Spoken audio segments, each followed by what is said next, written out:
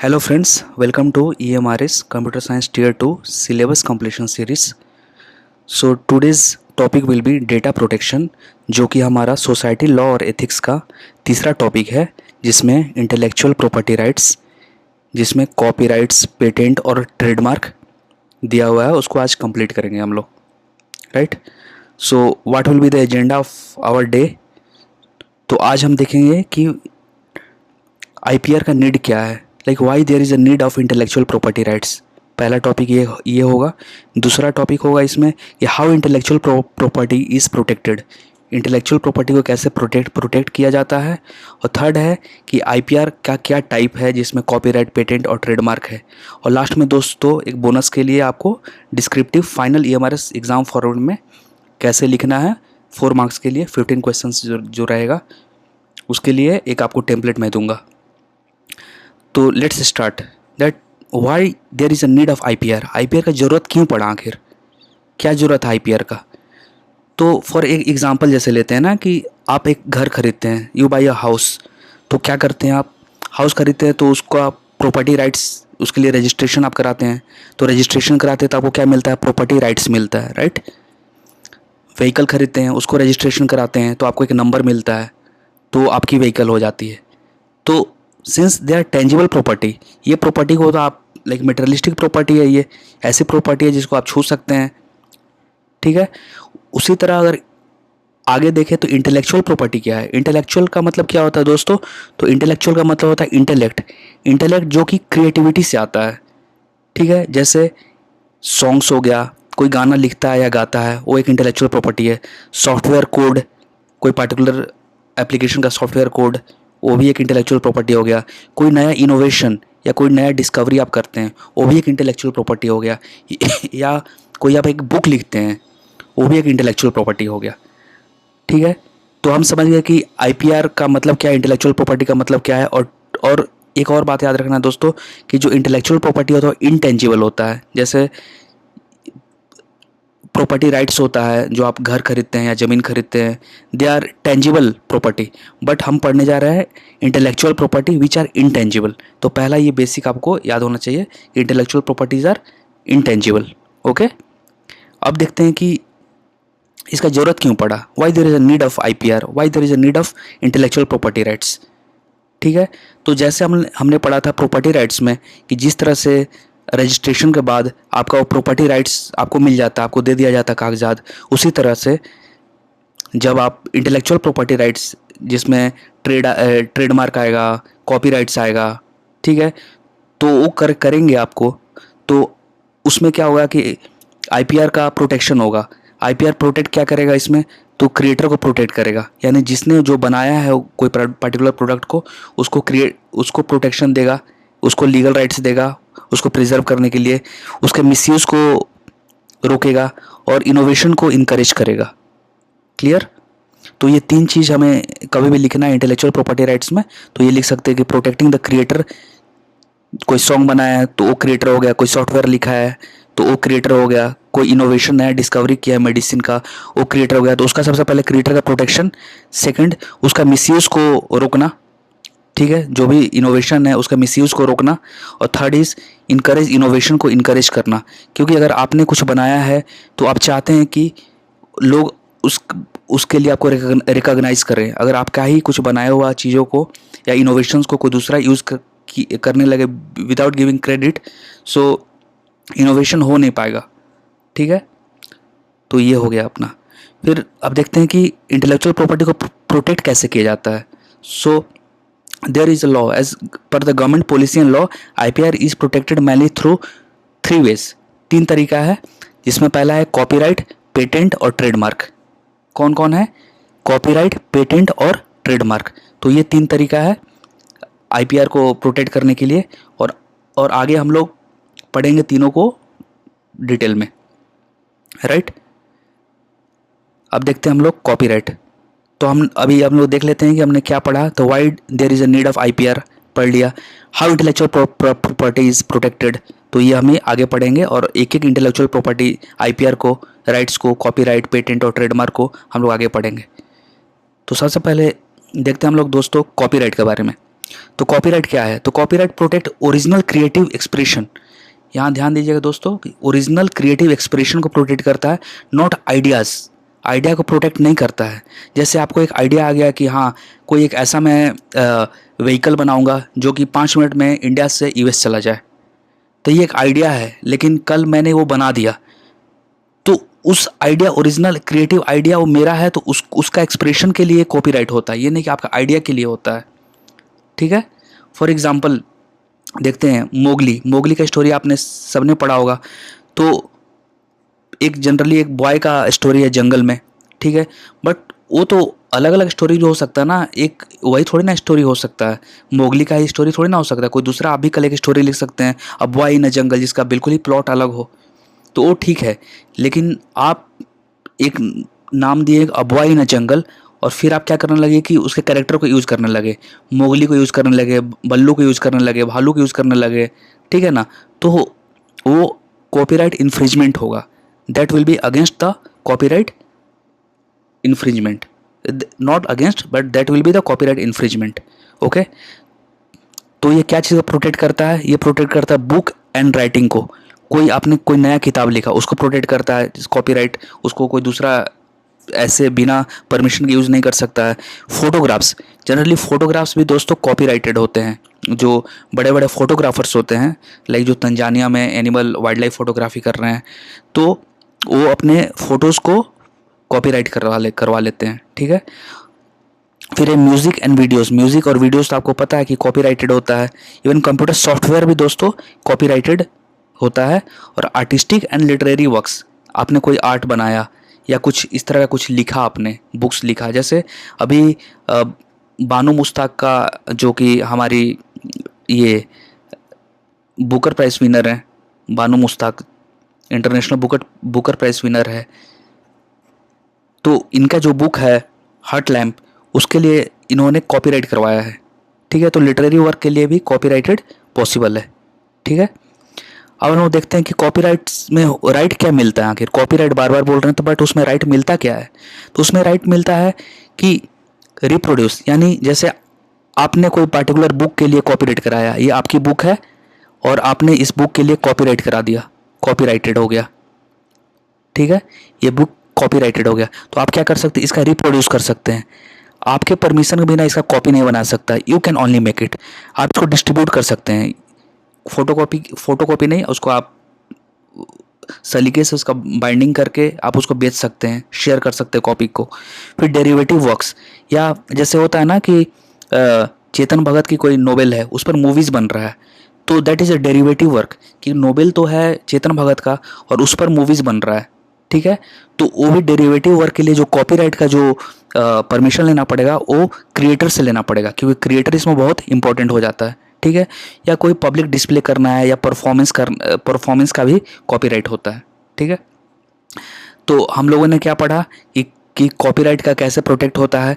ये किसको प्रोटेक्ट करता है? तो क्रिएटिव एक्सप्रेशन को प्रोटेक्ट करता है, ना कि आइडियाज़ को प्रोटेक्ट नहीं करता है। ठीक है।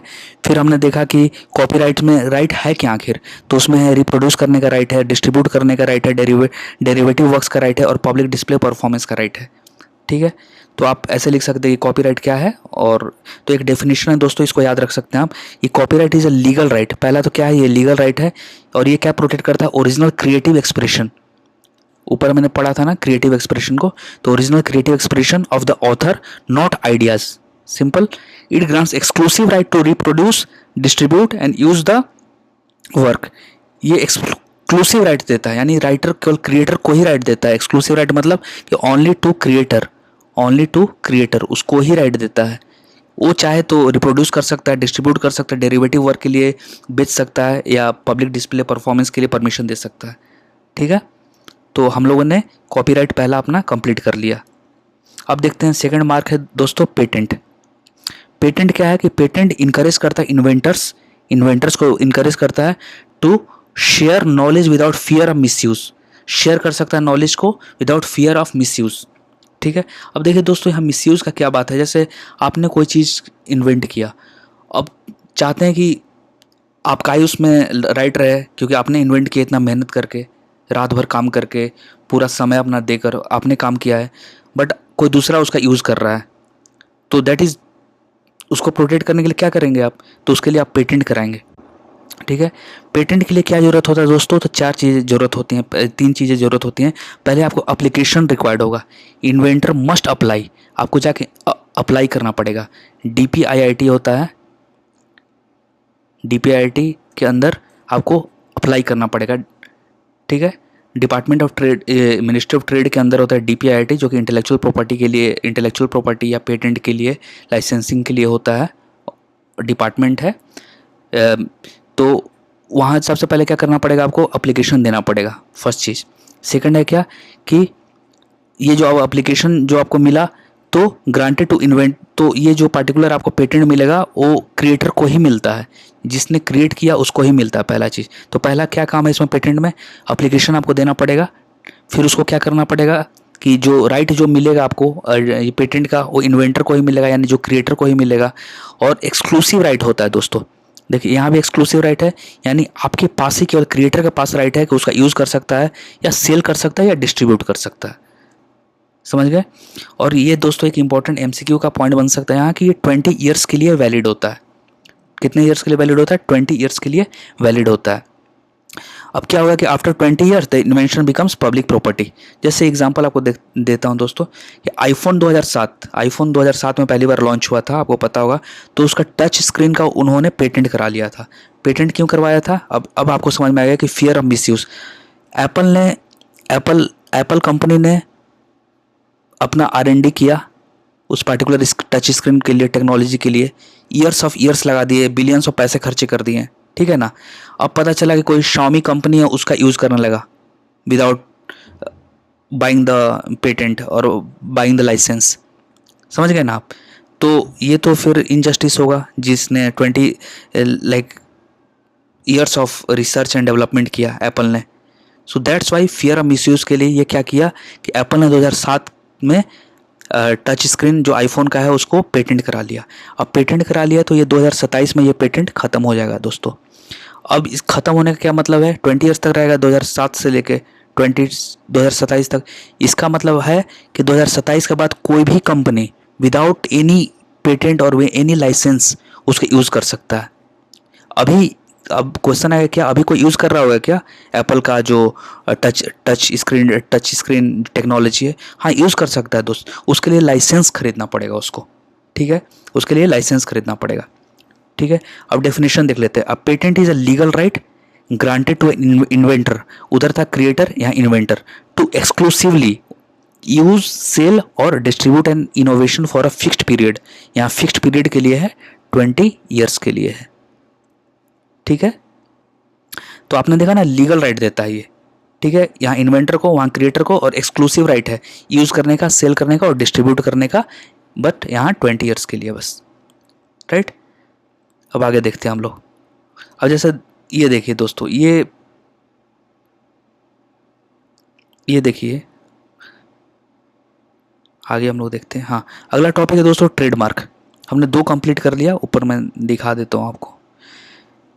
कॉपीराइट हमने कंप्लीट कर लिया, पेटेंट कंप्लीट कर लिया। अब हम लोग ट्रेडमार्क देखते हैं।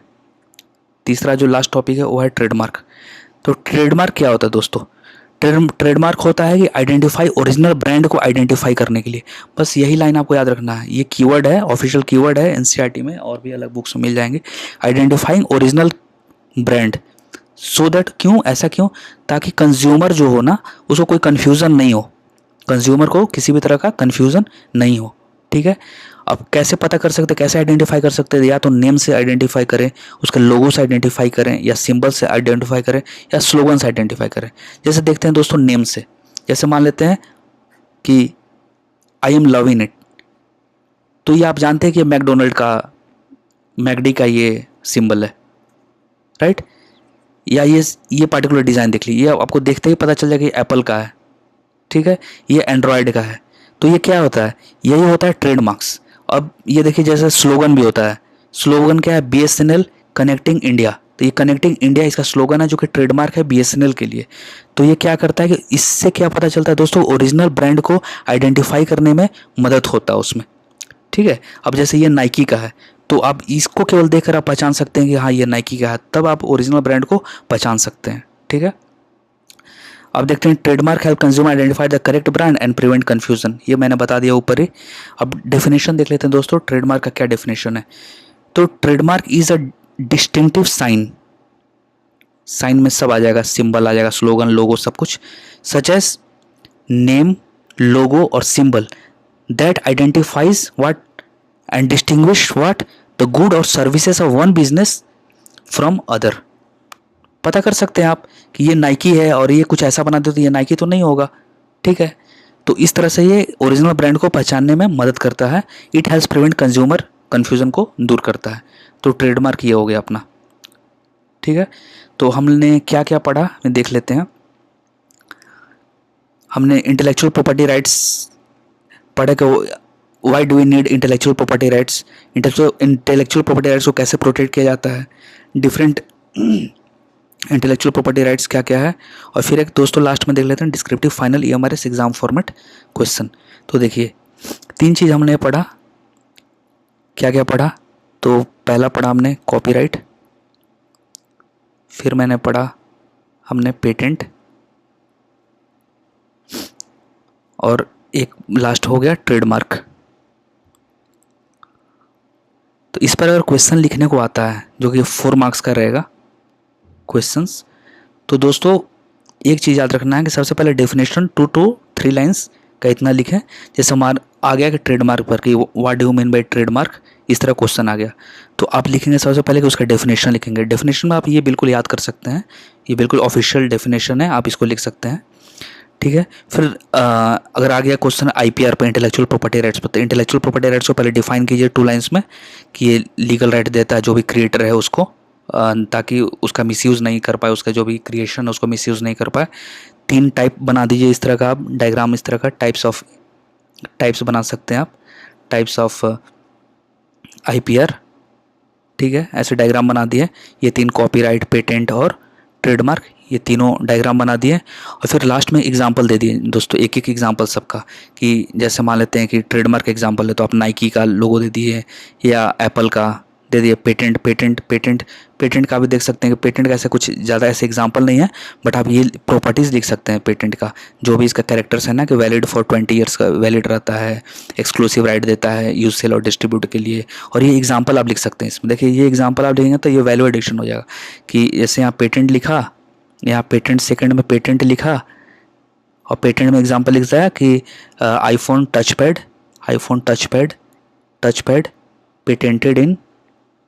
पेटेंटेड इन 2007, ठीक है। Will be expired in 2027, after that other can use it, ठीक है ना, after that other can use it, ठीक है। पेटेंट और ट्रेडमार्क आप बता दिए कुछ कुछ। अगर आप डायग्राम बनाना तो बना सकते हैं नाइकी का, या जो इजी है BSNL का, तो वो मार्क्स फेच करेगा आपको।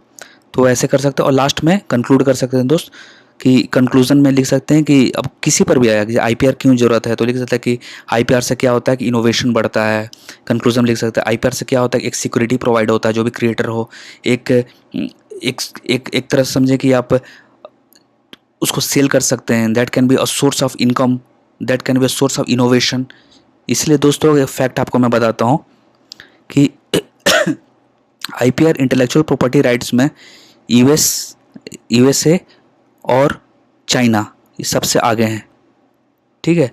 अब सर्च कीजिएगा कि इंडिया का क्या पोजीशन है, बट USA और चाइना सबसे आगे हैं। तब आज सबसे बड़े कंट्रीज, सबसे बड़े इकोनॉमीज़ हैं ये। तो ये सोचिए कि ये कितना अपने GDP के लिए कितना इंपॉर्टेंट है, ठीक है ना। तो आप ये भी लिख सकते हैं कि एक डेवलपमेंट कंट्री के, नेशन के डेवलपमेंट के लिए भी इंटेलेक्चुअल प्रॉपर्टी राइट्स का होना ज़रूरी है, उसका इम्प्लीमेंटेशन का होना ज़रूरी है। तो आज के लिए दोस्तों इतना ही। आगे का टॉपिक जो है, अगला टॉपिक अपना होगा वायलेशन ऑफ IPR, ठीक है। और फिर ओपन सोर्स और आगे का कुछ कुछ सॉफ्टवेयर से उसको मैं करवा दूंगा, और धीरे धीरे सोसाइटी लॉ एंड एथिक्स को हम लोग ख़त्म कर देंगे, ठीक है। थैंक यू, चलिए।